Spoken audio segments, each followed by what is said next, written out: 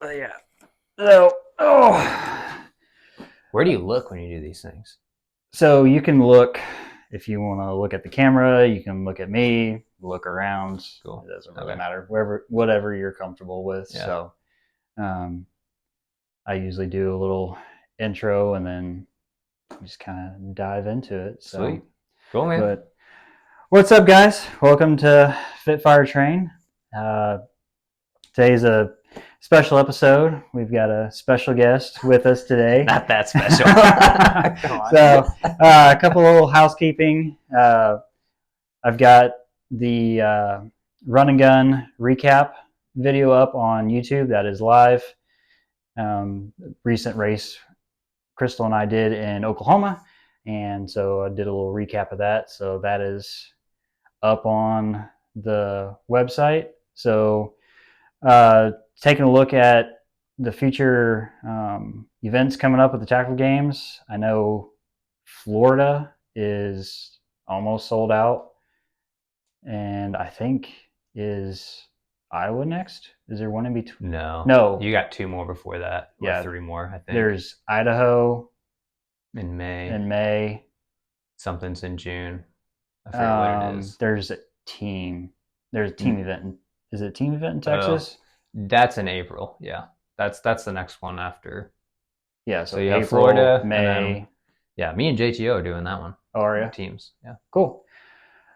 So let me introduce today's guest.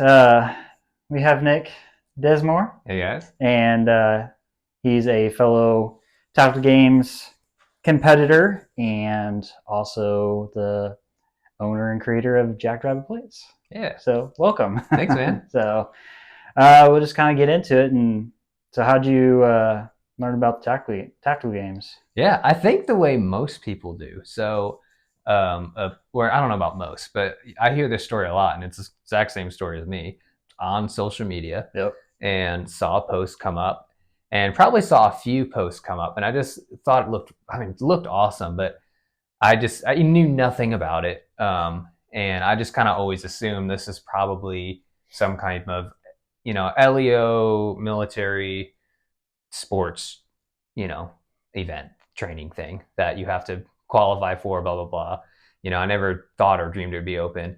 And then one day I messaged a buddy of mine who's also a shooter and competes in other stuff, and another post came out, so I forwarded it to him. Actually, one of our buddies, Travis. I don't know if you've met him yet. I don't think so. But yeah. Okay, so I messaged him and I was like, "Hey, do you know anything about this?" And he said he didn't, but he's pretty sure a mutual friend of ours, Derek, Mm-hmm. Derek Ruffin. He's like, "I'm pretty sure Derek competes in that. Reach out to him." So I reached out to Derek, and he's like, "Yeah, compete all the time." And actually, he had just signed up to host a skirmish. Okay. And this is like early to mid 2021, so a few years back. And so he's like, would you be interested in coming out? Like, heck yeah. And he was hosting it in our old training grounds down in the caves. And so ended up kind of helping him do some dry runs to get some timing, me and a couple other guys. And that's kind of what got me into it. That was my just kind of introduction. And then, obviously that's where I kind of learned like, hey, anyone can do this. And everyone should do it because it's a lot of fun. So I was like you, I found it on social media, and there was several tags with CrossFit in it. So I actually thought you had to it was a part of the CrossFit community. Yeah. Just kind of like a tactical CrossFit, and dug into it a little bit more and realized it was its own separate thing. And then I found, actually I posted on their Facebook page of, hey, I'm in Kansas City area. Is there anybody that trains close by? And I think it was like that Derek message, hey, we do training in Kansas City. Come on. So yeah, Derek is probably, there's probably like 15 of us in the Kansas City area that have all met, trained together, and pretty much all of us, one way or another, has been through Derek, which is fun. So, but yeah, as soon as like I think, and I think a lot of people would agree with this sentiment, but it's just one of those things. Like as soon as you see some of the like the images or videos on social media of what what tactical games is and what they're doing, a lot of people have just that. A lot of people that end up competing in the sport and falling in love with it have that immediate kind of like draw. Just like, man, that is something I should be doing. Mm-hmm. And that's I had that same feeling, and as soon as I started, did a skirmish. I forgot when we did that. It was summer. It was hot.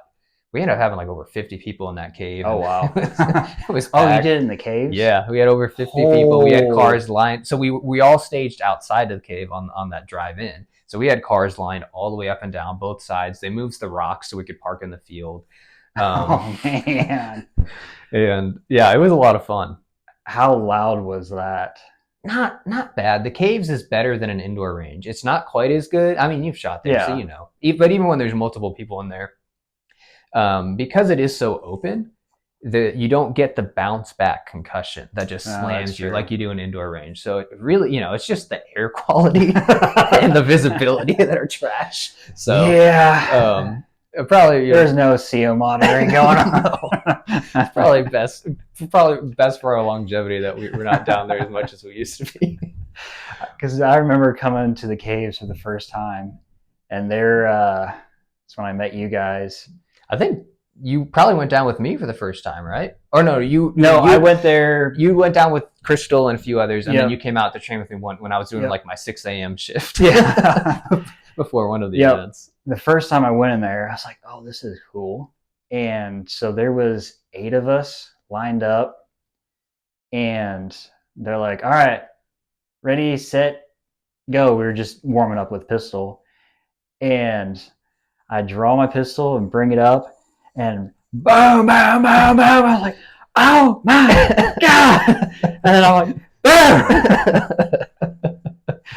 boom, boom, boom, boom, boom." Yeah, I was, especially when we brought, it wasn't bad with pistols, but whenever we brought rifles out, I would always double up on ears, because I would get a headache if we were shooting a bunch of rifles without like earplugs plus over ear.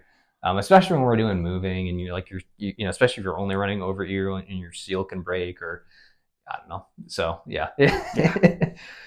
But so you did the did that skirmish. and... Yeah, that was a blast. I think I actually ended up getting like second overall. We only basically ran intermediate. Mm-hmm. I think Ben Mercer showed up to that one and just cleaned all our clocks, just crushed us. But so yeah, I got second in that. It was my first.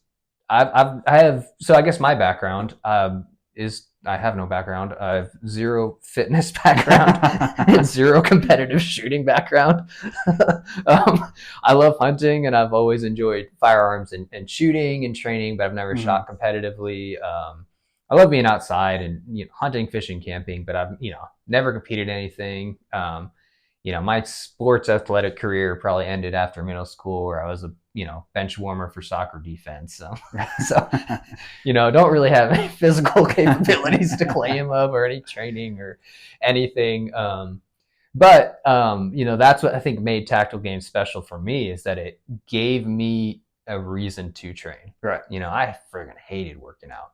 Even when I started consistently working out for tactical games, man, the first year and a half, still hated it. Like, did not enjoy working out.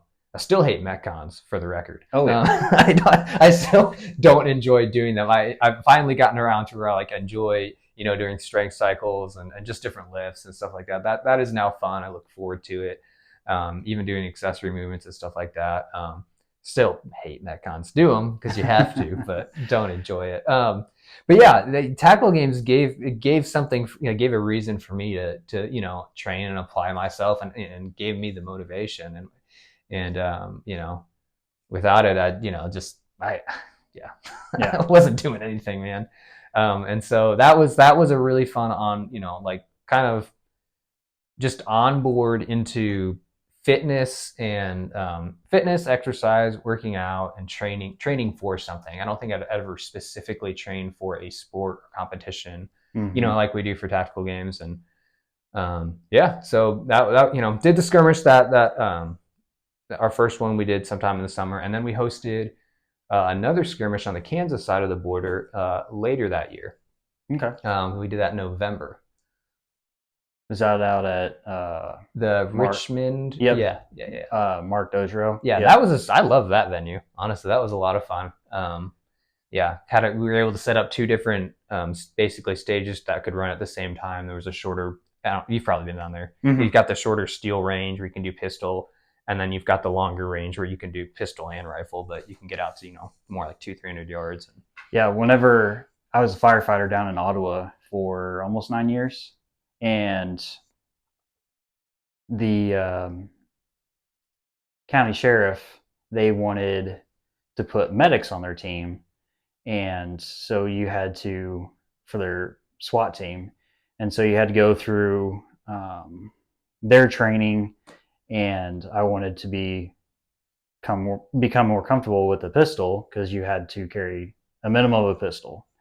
Oh, And really? so For being a paramedic? medic, yep. Oh, wow. Okay. And you wouldn't be, if they were stacked up to go inside a house, you wouldn't be in that stack. You would be behind. But in case, it hit the fan, yeah, they didn't want the medic to just be standing there going, don't shoot me. But so, yeah, I actually started going to Mark Dozier's place when he had one range. It was it was that small one in the back. Yeah. He just had that. And so I went through, he had like pistol 1, 2, and 3 courses. So I went through all those, and it had been years since I'd been back out there. And then we did that skirmish out there last year. And so went out there for that. And I was looking around like, you added a bunch of stuff. Yeah. Yeah, it's a pretty sweet setup. I wish it was closer to me. I'm on the dark side, the clear side. I think it's the better side. So what was so you did the 2 skirmishes. What was your official first tactical games? The next one I could do, which was Meridian. Okay. So a whole bunch of us went down. I think me and Derek actually drove down together. Freaking blizzard hit Missouri as it can in mid to late February. So we were driving out in like 5 to 10 inches of snow, which if you're from New England or up north, that's nothing. But, us Midwesterners shuts everything down pretty good. Yeah. So took us like 15 hours to get down there. And that was really just 3 hours getting out of the Kansas City area and then, whatever the rest of our drive was. But so did that. That was the first year they started the tactical division. So okay. The caveat for tactical was dots were allowed universally on your pistols. And I'd been shooting a dot on a pistol dedicated for like 7 years. Oh, wow. And so the idea of going back to irons for me, like, because I was juggling between intermediate or tactical, and I would have preferred to done intermediate, but I really didn't want to give up my dot. And there wasn't much information on what tactical was going to be. I had heard like some people said, it's like now it's pretty well defined for people listening. Tactical, pretty much for the most part, tactical follows the same weight regimen as Masters 40. There's some caveats to that, but generally speaking, that's how it goes. And usually it's about the same as Women's Elite too. So again, sometimes that changes for certain events or things like that. But generally speaking, the weights are about the same. Everything I had heard was it's intermediate with a red dot. And so I wasn't thinking, I was thinking like, I did 2 skirmishes at intermediate, and, fitness wise, it felt okay. And I knew they weren't going to be as intense as a regional, but it's like, all right, we'll just do tactical because I don't have a pistol set up to take, my pistol was direct milled for a red dot. And so I, didn't have a plate cover or anything if I had to take it off. And so I was like, I'm just do tactical and suck it up. And I got wrecked. I think probably overall, I think I got 8th out of I think we had like 25 guys. And I time capped on multiple stages, at least 2 that I can remember. The first one, which was my first stage, was this farmer carry stage. And it was a real, just clean and easy farmer carry, bring it back, shoot, do that 4 times. And it was a pick your own poison for the weight. So that was the trick. So I don't remember what the lightest weight was, but basically the heaviest weight was like a 280, so like a 140 per hand. and then the medium weight, or you go down a weight, and it was like 240, I think. Basically, a 45 on each Okay. was it for the medium weight, and then there was a lighter weight. The trick was the lighter weight you picked, you had to basically go twice the distance, or at least twice the distance Okay. for the medium, and then it was another, So if you went out, I think it was about like 20 yards. If you went out 20 yards, now you had to go out 40 yards and then come back. So it doubled it. So, what would have been a 40-yard round trip was now an 80-yard round trip. And if you were smart, you would pick the heaviest weight because it's, half the distance, and the weight jump wasn't that much. But me, the heaviest I'd ever lifted on a deadlift was that, or 225, not even 240. Sorry, yeah, like 225, I think, was about what it was coming out to. And that's the heaviest I'd ever even made a deadlift on at that point. I'm a pretty small guy. And so I was like, well, I know I can't. I think the heaviest was like 280. It's like, I know I can't even pick that up. So I kind of have to do the 225 and just make the best out of it. So I think the first round I made it through, like made it to the end, dropped, picked it up, made it back. And then after that, my grip started blowing up, and you'd make it halfway down, grip would just lose it. And so I time capped that one. I think I finished 3 rounds of work and shooting, and then was like running back to the fourth to start doing work again, and time cap there. And then what was the other one? Oh, the other one I time capped was on that same field. So Meridian there's like a giant like football field, and that's where they had the farmer carry. And then the next day, that's where they had just this full. I think it was 150 yards actually across the whole field from like end to end before you climb back up a hill to go shoot at the range. And the next one was just some slew of like drags and farmer carries of objects back and forth across the field. And it was real confusing too. It's like you take this one thing down, and then you take 2 things back, and then you leave one and take the other thing down. And but yeah, I time cap hard on that too. Anytime I'm dragging something, it doesn't go well. So yeah, but my shooting was good overall. I had a blast, even though physically I was pretty wrecked. Just wasn't quite, probably wasn't up to snuff to be able to compete at that division. But had a blast, and so had a lot of notes to what I needed to work on. Mm-hmm. Yeah, so I think I did 2 more events that year. Jumped down to intermediate. After that, I was like, all right, I got to bite the bullet. I also, honestly, what helped was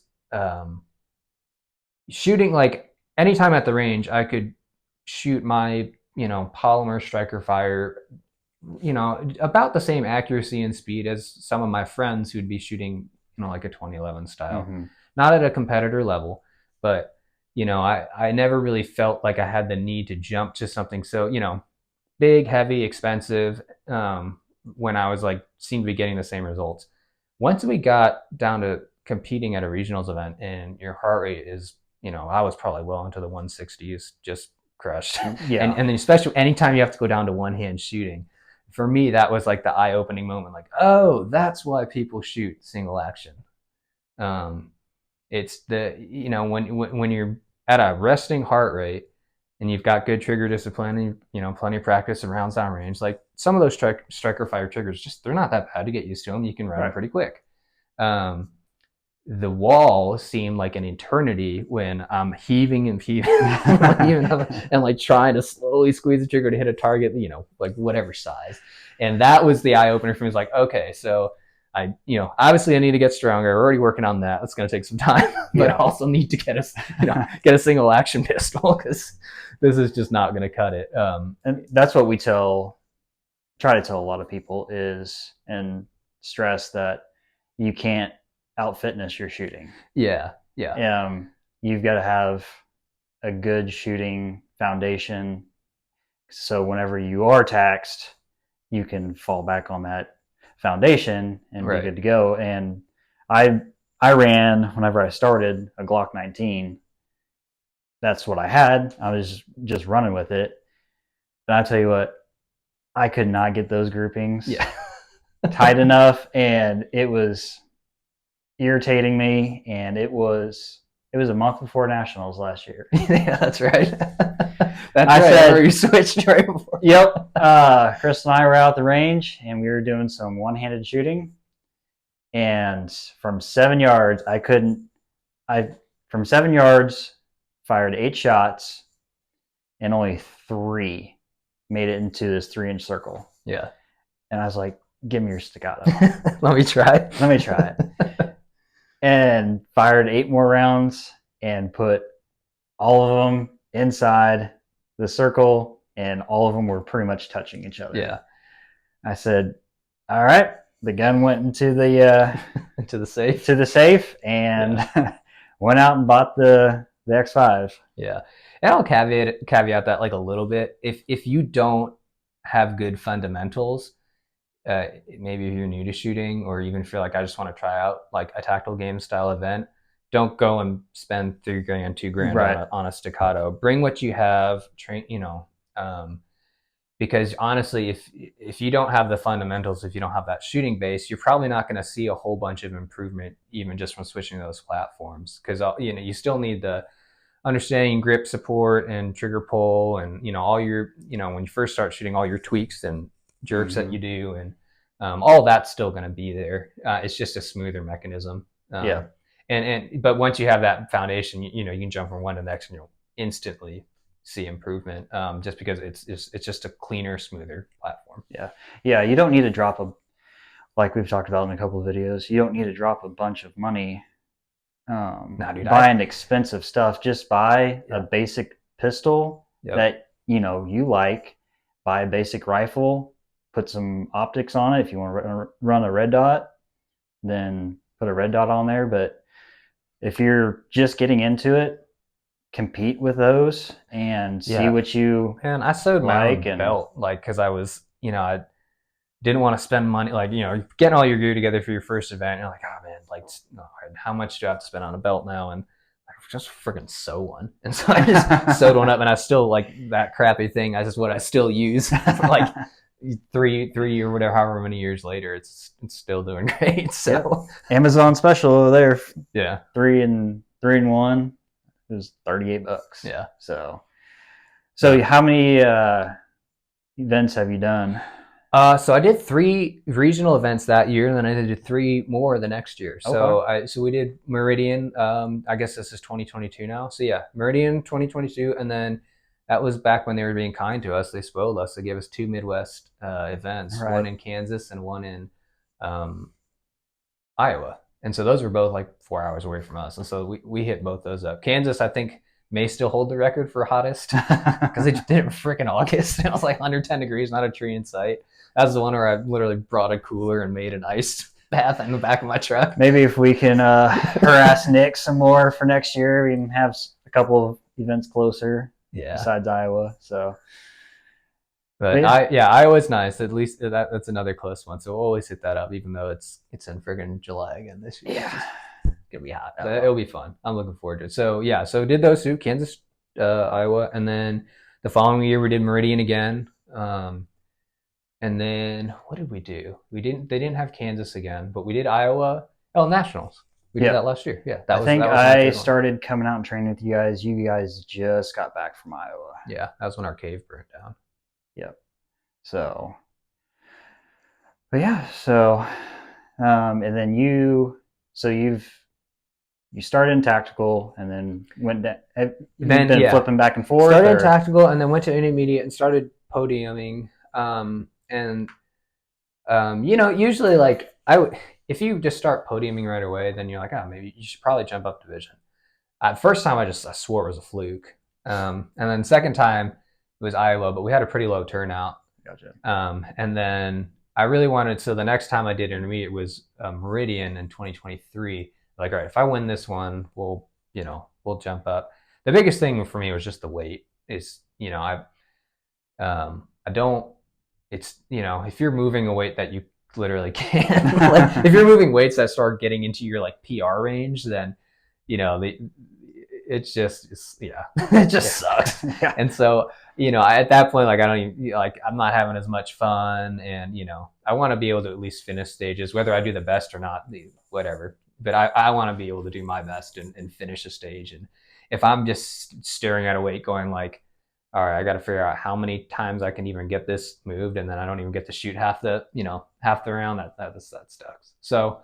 So yeah, I've just been kind of on a heavy strength for me, strength training cycle, trying to get my numbers up, from pathetic to reasonable. And, so jumped back in tactical last year, and would have done it for nationals, but it's obviously occupational, so I didn't qualify.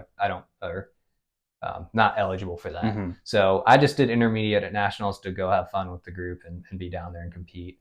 I'm happy I did, because that's probably the last one, sounds like they'll do for intermediate, which it makes sense. I get it, because there were too many. There were a lot of competitors, and we were running out of sunlight, and I was, especially the 2-gun stage. I literally, they ran us through it, literally jogged us through it, and then we there was no time to game it. There was no time to count targets, and barely had enough time to walk through it. And so I made a mess of that stage. There was 43, 45 in intermediate at nationals. Was it that many? Yeah. Wow. I went back, and because Crystal and I were talking about it. Yeah. Because it's usually the largest. Placed, and I was like, well, I placed in top 10. I placed 7th, and so I actually went back and looked, and there was 43 to 45 in the intermediate. Yeah, it's usually the largest division. It's even to see it, it's pretty surprising to see it that big even at nationals, because that's usually the one where everyone who does qualify wants to come in, your elites and masters and an occupational division. But yeah, so yeah, nationals was a lot of fun. They threw a great event. I will always remember nationals. Oh, no. On the and it's because of you. Yeah. The trail run. The run. So the first so nationals is 3 days. The first event that we had, first day, first event. They had split basically the entire group. So elite, masters, intermediate, tactical. They split everybody basically in half. And so you started at the run. One group started at the run in the morning, and the second group started at oak horse and shooting. Yep, yeah. At RPR. Yeah. And then the afternoons, everybody switched. So the run was just under 4 miles. Yeah, that's what they said. And 3.8 or something like that. And then probably if you actually factor in tree coverage on GPS, it probably was right around 4 or something. Yeah. But, and so they changed at the last minute to where intermediate didn't have to wear rucks, but everybody else did. Not everybody. Everybody. No, elite, not occupational. Not occupational. And so not elite. And not masters, I don't think. Is it just elite? They maybe masters kept them on. Actually, I take the masters 40. I think did keep them, but not masters 50 and not occupational. Yeah, and so we started that early in the morning, and I think they started everybody. It was a minute behind. Yeah. So a runner would go, then a minute later they'd send another one, and so you were. I was a heat behind you. Yeah, I think I was exactly a heat behind you. I think you were 5 minutes behind me. Yeah, because I was exactly if we were in the same position, you were just one heat ahead. So if you were 13.2, I was 14.2 or something like that. And so with coming from a trail running background, I was like, oh, this is going to be fun. This is going to be awesome. I'm going to smoke this course. And so I take off, go up that long hill. And of course you go up the hill, and it's a long downhill, and make the turn going through the woods. And then it dawned on me, I've been going down for quite a while. Yeah, the first half is really nice. What goes down the first mile must come back up. Yeah, because we started high up, and those stairs just killed my legs. And I think I was about a mile from finish, and I'm in my own little world, and this voice, and you're passing people too, and I'm passing people. Yeah. And this voice from down in the valley goes, "I'm coming for you, Mark." And I stop and I look down, and I'm like, "Rabbit, is that you?" I'm coming for you. And so I just take off. And I just see you're down at the bottom of the that valley, was and that you're was probably one of hauling it. That was probably one of the tallest climbs we had, like single stretch climbs we Yeah. had to do. That was And my hip flexors are screaming. And I was like, he was 5 minutes behind me. I am not letting him pass me. No, no, no. And I keep looking back, and you're closer. I keep looking back, you're closer. And then you came right behind me, and we ran together for bumped your pace a little bit for for a little bit. And then I was like, okay, I am breathing way too hard. I've got to find my pace if I'm going to finish this thing. And so you passed me, and that was it. You went around the corner, and I was like, okay, kind of regrouped my breathing, got settled back in, started taking off, and that was the last I saw of you. I come in to finish, I'm like, where's Rabbit? Where'd he go? There were some other words that were said, but yeah, I will always remember that. That was funny. I think that's the furthest single distance I'd ever run at that point. Yeah, because I don't run. Running hurts. It's like I don't think I'd ever run further than I don't even think I'd ever done a full 5K. I think 3 miles is the most I'd ever run. Yeah. So I was like, this is gonna suck, but we just gotta try and set a good time because there'll be plenty of other stages where I'll have to dig myself out of a hole. Yeah. Yeah, I shouted, so I gave you a head, You did. I gave you a heads up. Like I can't pass him if I don't give him like a heads up. We can't just sneak up on him. You got to earn it. So as you go by, good game. Where did you come from? So you've done all these events, and so where did Jack Rabbit Plates come into play? Yeah, that actually. So started competing just skirmishes in 2021, and when honestly it came from me just trying to put gear for myself to compete, trying to meet weight requirements. And because I think when I first dove into the sport, I had ballistic plates, but you don't want to, like, I had ceramic ballistic plates. You don't want to compete in those. They're expensive, and they're actually fragile, like they're ceramics. And so climbing over yokes or doing burpees or anything like that, like you can crack those plates. And so, and they weren't heavy enough. They didn't meet the requirements anyway.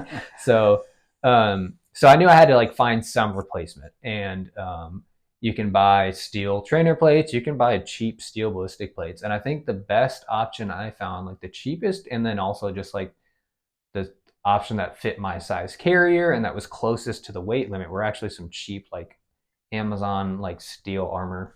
I wouldn't probably trust it to actually save my life, but I was just looking for something to compete in. So I got those, and they were about 6 to 6.5 pounds a pop, and so still not quite heavy enough. Right. I was actually still adding weight to the back, and they fit and they worked. But yeah, just that whole process. And so we were actually in the Richmond, Kansas event, and we're sitting around talking with a few people in between stages, and I made some comments like I'm a freaking engineer. I'm just gonna make my own. Like I'll figure something. Not that you have to be an engineer, like, but I was like, I will come up with a solution that is, that hits weight, where I'm not like adding rocks to the back of my carrier. And Buddy chimed in. He said, well, if you do, make them flexible. Well, that's a good idea. Yeah. I was like, that's really good. Yeah, I should make it flexible. And so I was actually left from that skirmish. Literally, my entire car was packed up with 2 weeks worth of gear. I was actually driving out to Montana to do a help some buddies fill some muley tags out there. So I literally left that event at like 3 and was driving for 13 or however many hours out to Montana. And so I had all this time, and so I just brainstorming how I'm going to build it in my head the whole drive over. And so got out there, had a blast on the hunting trip, came back and started prototyping, and yeah, just made a set for myself. They worked great, and then and then our training group was obviously saw them, and so made them all sets, and they were like, oh, these are awesome, you should make these. And so we rolled it out, and I think everybody in our group, including you're running a prototype set of the V2s, which is what we're on now. So got our training group, everyone's still running like original prototypes, and then we started selling them. And yeah, it's really fun to go out compete and see somebody I don't know with a Jackrabbit's patch on, or a lot of time I can even tell just by seeing how their carrier fits, because there's not a lot of products like that out there right now. Mm-hmm. And so yeah, it's fun to go out to an event and see other competitors choosing to use them, and get a lot of fun positive feedback. So that's it's fun. It's cool to it's a really cool community to serve with a product like that. And yeah, it's been a fun ride. Yeah. So yeah, I guess I started selling in 2022. Yeah, in like like probably August, I think, is when I launched it. Okay. So And so you found the prototype that you liked pretty quick, or was it a little bit of yeah, playing around with it? it took some playing around. It took um so yeah, it would have been tail end of 2021 I started prototyping it. And so yeah, that's like what, 10 months, I guess, 8, 9, 9, 10 months from when started prototype to when we like wrapped it up into an actual product that I was comfortable selling. Mm-hmm.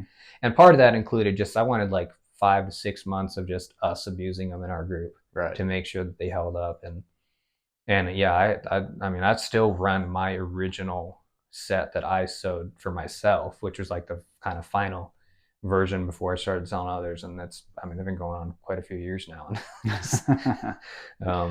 Been completely drenched, gone through every event I've competed in, and yeah, they're doing great. It's Yeah. fun. So They because I was running steel plates. I think they were some Amazon special, and they only came in. You could get six 6 pound, eight right, and pound, then like a nine and pound or something like yeah. that. Yeah. So I got the 8 pound plates and went over to my buddy's shop and used a plasma cutter. Just start hogging out And material. so I bought over a scale. Just write your name. And I was like, all right, we've got to take a pound off these plates. Oh, geez. And he's like, just a pound? I'm like, they've got to be 7 pounds. They're 8 pounds right now. yeah.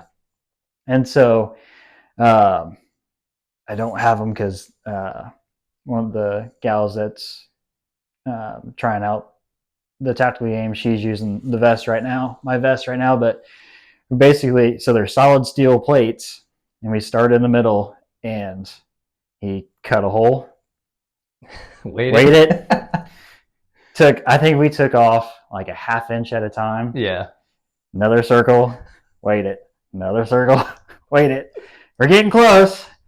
And instead of making another circle when we got close, he just cut, so like a plus sign, Yeah. up and to the side. And then So you cut too much out, just grab a welder and start adding it back in. And and then once we got the first plate to the correct weight, and then just laid on top of the other and traced it out and cut that, and it worked. And when I actually started running with the plate carrier with the steel plates, it was just bouncing up and down. Yeah. I would try and tighten it as much as I could, then I couldn't breathe. And it's still, now that it's tight and your skin moves around, now it's still moving around. And yeah, whenever I came out, your early morning shooting sessions, yeah, I think I had talked to you about it, and because I was looking around for something different, and you're like, hey, this is what I run these plates. I was like, oh, these are really cool. And you're like, yeah, I make them. I'm like, we'll get you what? And you're like, yeah, Jackrabbit plates. I want a set. Yeah. So we've got 2 weight offerings right now, just a 5.5 and a 7. And so it is kind of a niche product that came, really to serve that market. And so, it's a small market, but it, so that's, the weights really are to hit those, to help people hit that 15 and or 12 maximum or minimum weight requirement. And the reason I went with like a pound shy of the requirement is because I prefer to run a slick carrier Mm-hmm. because you don't need a lot of crap on you when you're competing in tactical games. You don't really want a bulky carrier, and a lot of the kind of like lightest slick carriers out there were weighing in like right around a pound. Like that's what mine weighed, and so that's where that because I think there were actually other like steel plate offerings that were also marketed for tactical games at weights specific to helping athletes hit that weight requirement. But I think they were still operating off the premise of like a 2 to 2.5 pound carrier, like your typical like 5'11" Right. carrier. But I wouldn't want to compete one of those. And I think a lot of people also, I mean, yeah, a lot of people have started using slick carriers in the past few years. I mean, I think that's probably the more dominant style carrier you see. Again, I wouldn't go out and buy a new one if you already have something and you want to just come compete and try it out. You know, don't buy anything you don't have to. But yeah, there's no reason to carry any extra weight or mass if you don't need it or if it's not serving a purpose. Yeah, I think the plates that they sold for the hard plates for tactical games, they were 7.5 pounds, and so that gets you your 15. But then you also have the weight of your carrier. Oh, interesting. Yeah, the company I had in So you're mind, coming in they at were like selling at like 16, 16 and a half, maybe 17, depending on what carrier. Okay. There was one company I saw. I think they were doing like 6.5, which gives or even less than that. Maybe it was 6.25 because it was quite a jump. Like I remember looking at it and I was like, it was too much of a jump to just like add more weight to the back of my carrier Yeah. for me. I was like, that's not going to be a good option for the weight of my carrier. But yeah, Yeah, I run the Faro Concepts mm-hmm. Slickster, Yep. and at Nationals it came in at 15.2. So, Nice. Pharaoh's weird. I've had some people because so the plates are, I think on the website we say 7 pounds plus or minus like an ounce. Really, every single plate is weighed out to a tenth of an ounce of accuracy.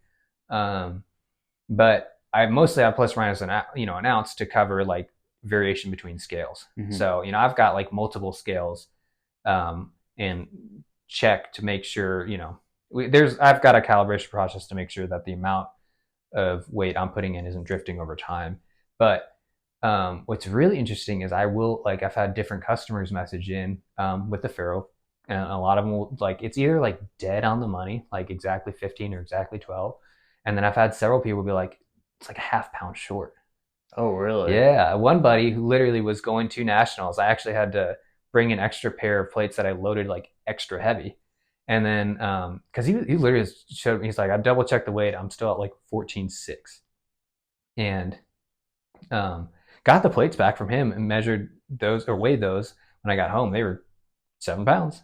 But yeah, I've had a few people now who like, I don't know, it doesn't make sense to me because there can't be that much like variation in the soft goods material. Right. But I think it may just be people are sometimes running extra stuff on there, like a small shingle or something. I don't know. But yeah, Faro Concepts really light. They're really light. The plates fit in there really well. Do you run the medium probably? Yeah. Yeah. I run the medium. Yeah. I actually run it where the shoulder straps are a little bit shorter, so it's up a little bit higher.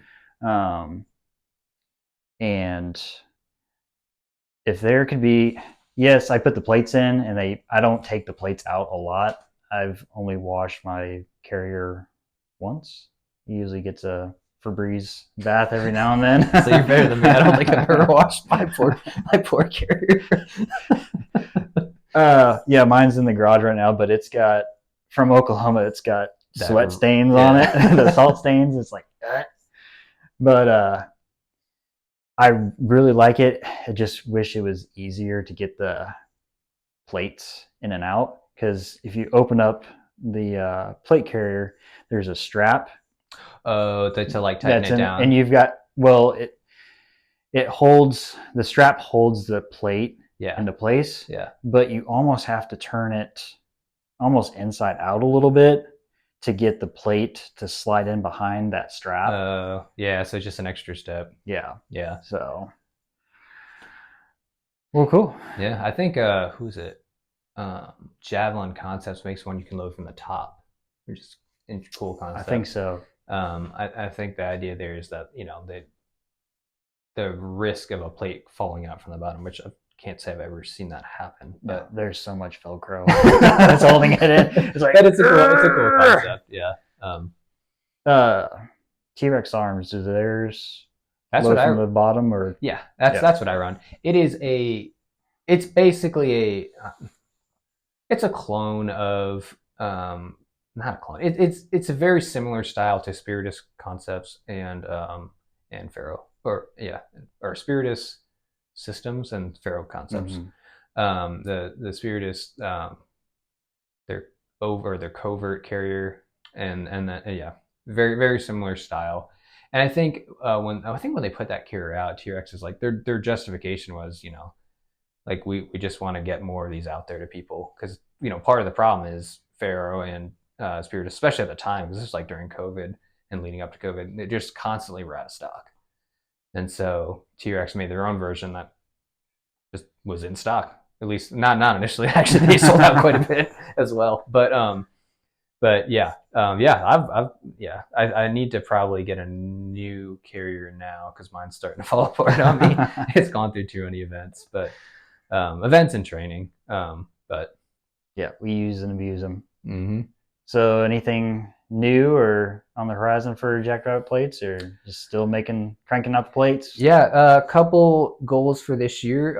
We've got a 9-pound plate variant that will hopefully be dropping later this year. So people message me all the time for them, because that's like CrossFit weights. I'm probably going to botch this. I'm not a CrossFitter, but your total weight for men's typically is 20 pounds, and female athletes, I want to say, is 14.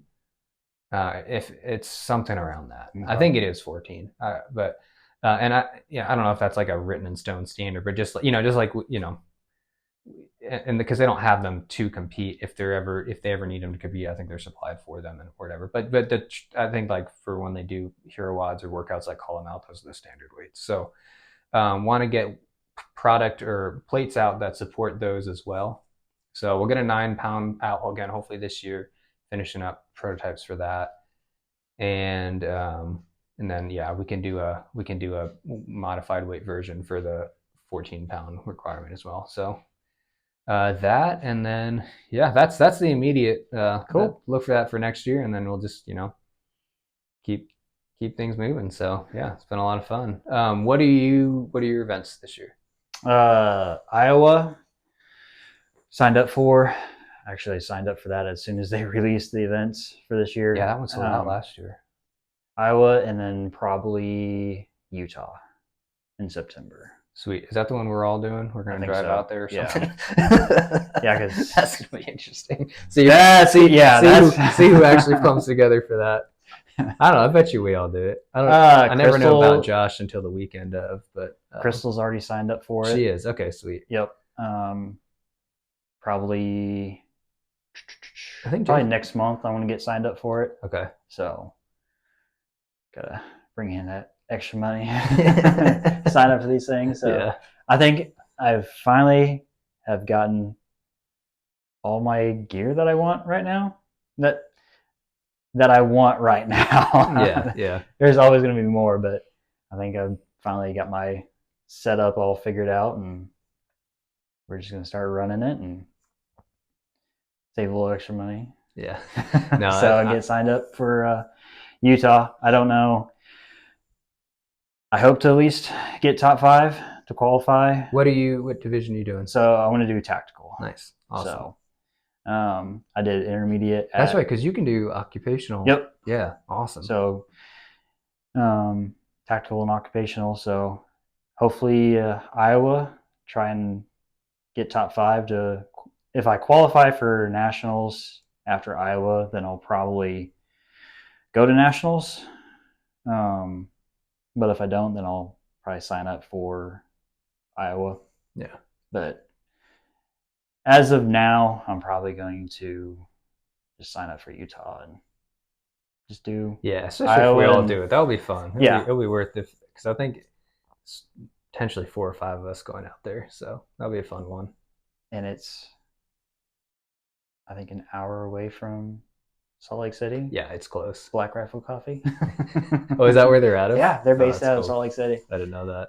So Awesome. might be a stop in there. Yeah. So, but awesome. Well, I appreciate you coming on. And yeah, man, thanks for having me. It's fun. Yeah. I have to give Crystal a hard time for bailing on us. Crystal, right? Yeah. Where are you at? But no. Family stuff. So, once again, appreciate it and hope to have you back on. And sure thing. I would like to do I think it'd be a lot of fun to do a group podcast. Where I'll just give Josh a bunch of shit. Oh, yeah. That would be perfect. Yep. I'll be there for that one. So we've got cameras, we've got extra mics, so awesome. We can just, I think it'd be cool to go out to Mill Creek. Yeah, and out there. All 5 of us, and just do a little bit of training and do a little podcast and gang up on Josh. I'm down, man. All right, guys. Cool. Catch you on the next one.